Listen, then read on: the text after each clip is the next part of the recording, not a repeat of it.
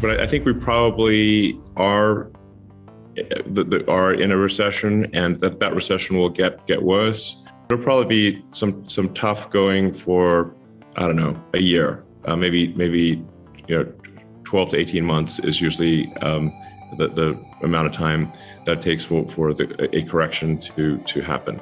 Man, it's hard to tell what Biden's doing, to be totally frank. It doesn't seem to get a lot done. Whatever, the Trump administration, leaving Trump aside, there were a lot of people in the administration who were effective at getting things done.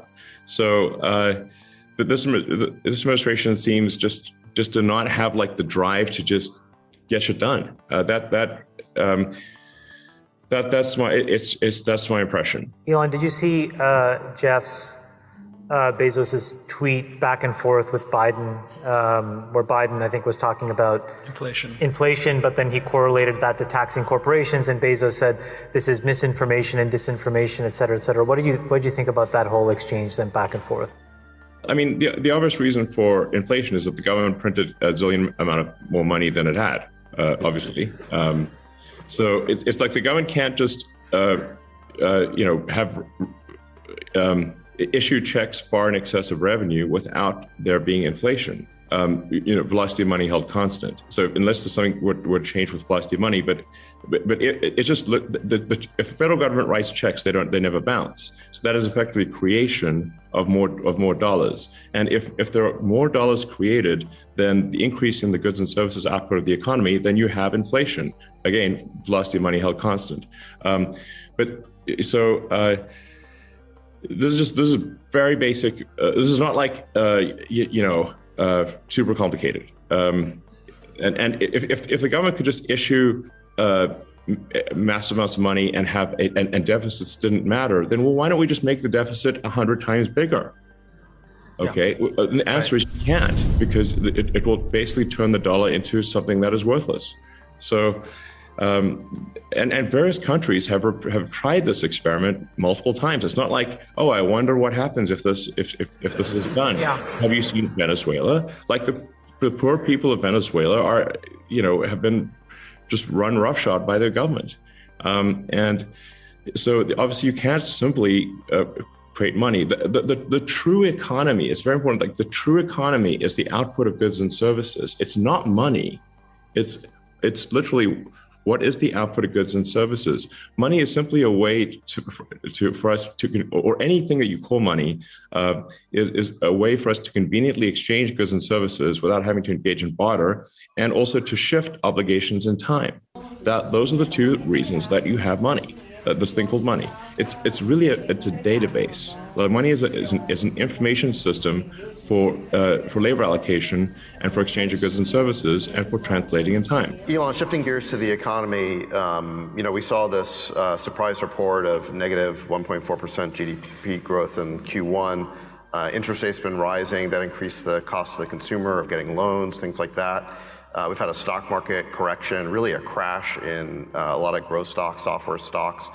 From where you sit and the data that you see, where do you think the economy is headed right now? Do you think we're in a recession, or is it just a risk? How do you assess our current economic situation? Well, predicting macroeconomics is always difficult, and one should assign probabilities to these things. But ironically, I did.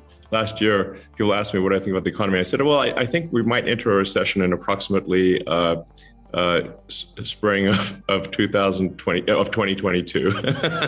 Called it. Nailed it. Now the thing is that recessions are not necessarily a bad thing. I've now been through a few of them, and what tends to happen is if you have a boom that goes on for too long, you get misallocation of capital. It starts raining money on fools, basically. It's like any dumb thing gets money, and I'm sure you've seen a few of those. So at some point it gets just out of control, and you just have a misallocation of human capital, where people are doing things that are silly and not useful to their fellow human beings. And then those companies, there needs to be sort of an economic enema, if you will, to have everyone sort of shift uncomfortably in their seats. So eventually the economic enema does its job, It clears out the pipes, if you will. Yes. And sort of the bullshit companies go bankrupt, and the ones that are doing useful products are prosperous. But there's certainly a lesson here that if one is making useful product and has a company that makes sense, make sure you're not running things too close to the edge from a capital standpoint. They've got some capital reserves to last through irrational times. Because in the past, when there's been a recession, it has gone. It's amazing. It's flipped like a light switch. I mean, David, do you remember this from the PayPal, ex-PayPal days, when we raised $100 million in March of 2000, and we had the demand was so high, we had people like VCs like just literally without even a term sheet wiring money into our account. We'll send the term sheet later. they literally would like sleuth out our bank account number and wire money in. And we're like, where'd this come from? And it's like, so it was like they were literally fire hosing money in March of 2000. And then in April 2000, the market went into free fall, and it went from raising money was trivial to even good companies could not raise money in a month. So it's just important to bear in mind that, PayPal almost went bankrupt in 2000. We came close. But thankfully we'd raised that $100 million in March 2000, without which we would be in game over, basically. And we kind of saw it coming. So it's like we got that the X-Confinity merger done in like 3 weeks and raised $100 million because we were like, we see this coming to an end pretty soon. And then a month later, it was like, a nightmare basically. Anyway, so it's just important to make sure if you're a healthy company, you got some capital to get through things. And then what's your costs? And if it is a recession, which more likely than not, it is a recession. I'm not saying it is, but it probably is. Then just watch your cash flow and get to positive cash flow as soon as you can. But I think we probably are in a recession, and that recession will get worse. But these things pass, and then there will be boom times again. So it'll probably be some tough going for, I don't know, a year, maybe 12 to 18 months is usually the amount of time that it takes for a correction to happen. What do you guys think? Yeah, I mean, it feels like it started.